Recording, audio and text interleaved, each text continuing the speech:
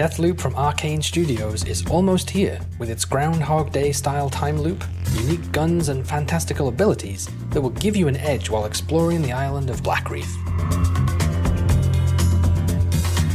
The trailer gives hints into the 8 visionaries that run this island and paints a picture for your new home as you uncover what's truly keeping you here in this loop and why Julianna wants you dead. Stick around as we compare the top gameplay elements we know about to some already released games that are awesome.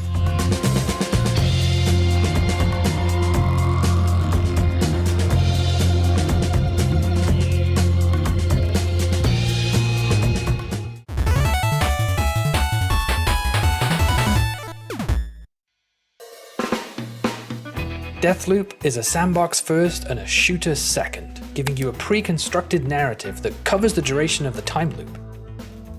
Most of the enemies on the island know they're in a loop, so they're carefree and happy to take a chance, realizing they'll be back tomorrow when everything resets. Only a few people retain memories of previous loops, yourself included, which gives you a major advantage when it comes to exploring. You can build on your experiences and take more risks, knowing if it doesn't pay off, you still learn something about this place. This key exploration loop was also front and center in the 2019 game Outer Wilds, released on PC and console. There are mild spoilers ahead as we talk about Outer Wilds, so you have been warned. Not to be confused with the Outer Worlds that also came out in 2019. Seriously, 2 space games with names this close? The Outer Wilds has a similar but shorter loop, giving you the same advantage when it comes to taking risks. If you want to try a crazy landing, go ahead. The reset will save you if you get a little overconfident. Compared to roguelike games with randomly generated levels, which we'll talk about later, you're not penalized by exploring in the way you want to. Each time the loop resets, everything is back where it was, so you can simply jump in your ship and try again. One difference between these games is the navigation computer in Outer Wilds, tracking uncovered clues and hinting at locations to explore next as you move around. Bring your notebook for Deathloop, you'll be making your own notes about what you find as you play.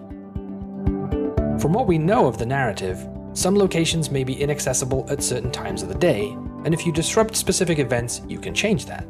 Outer Wilds has a similar mechanic where parts of the solar system can only be accessed at particular times, leaving you to discover where and how to reach them as you investigate. The setting of Outer Wilds and how they introduce the time loop draws you into discovering the mystery of it all and uncovering what's controlling the loop.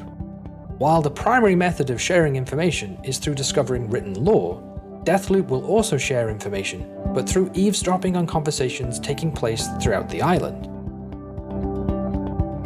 The pace of exploration is likely similar while you're hunting for clues and figuring out your next destination, though in Deathloop it's called the murder loop, so it's going to get hectic eventually.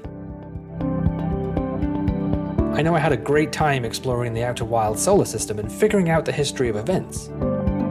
These are both sandbox games with a ton of detail and many hours poured into them by the developers, building a rich world you can come at from any direction.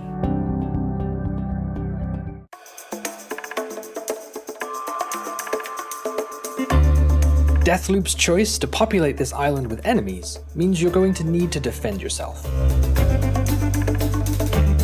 Over the course of the game, you can unlock and expand abilities and weapons to use in each loop, but there are limits on how much you can take with you each time, so you'll need to be strategic.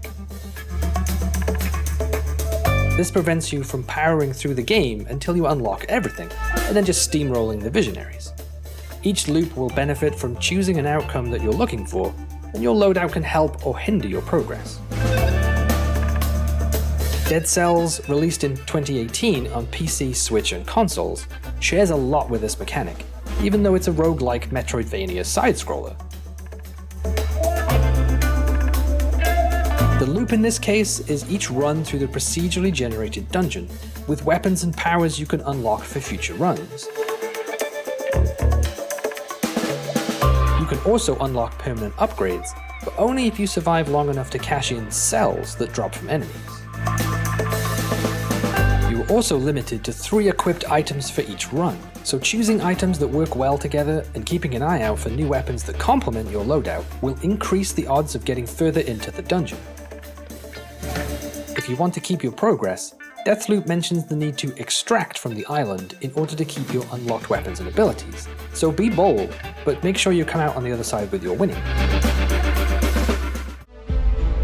We've seen some of the weapons available in reveals outside of the main trailer, and we know they'll have some unique traits. If you've ever played the Borderlands series of games, it's full of guns that seem more like a bad idea than a lethal instrument. I mean, who doesn't want a gun that shoots guns?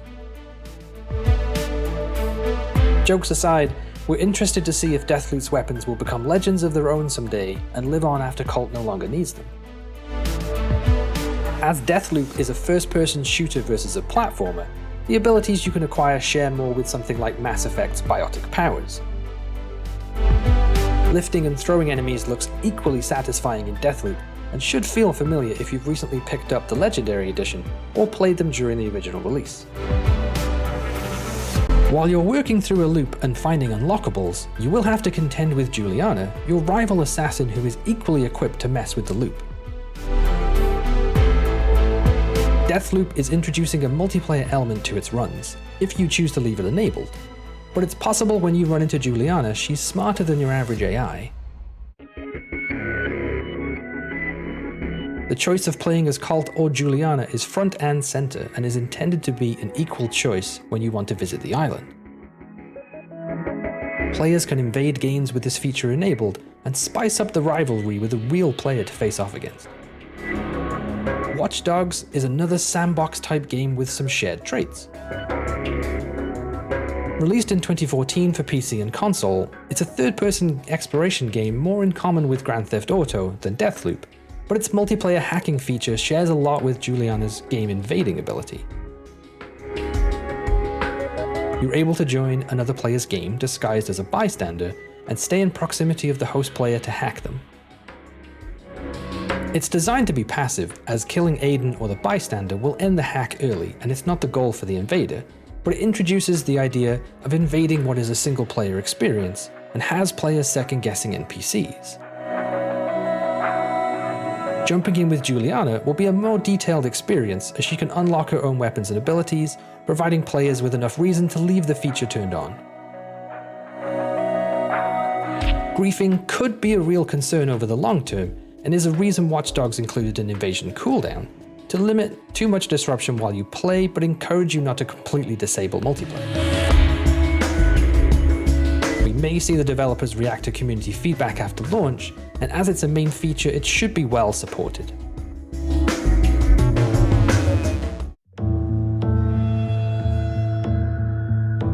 The last mechanic is something I hinted at during the first conversation, and it relates to how the day unfolds.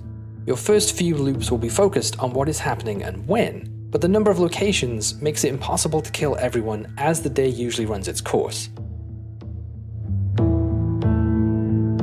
You will have to force some events to change in order to move your targets around the board and make it possible to win in a single day.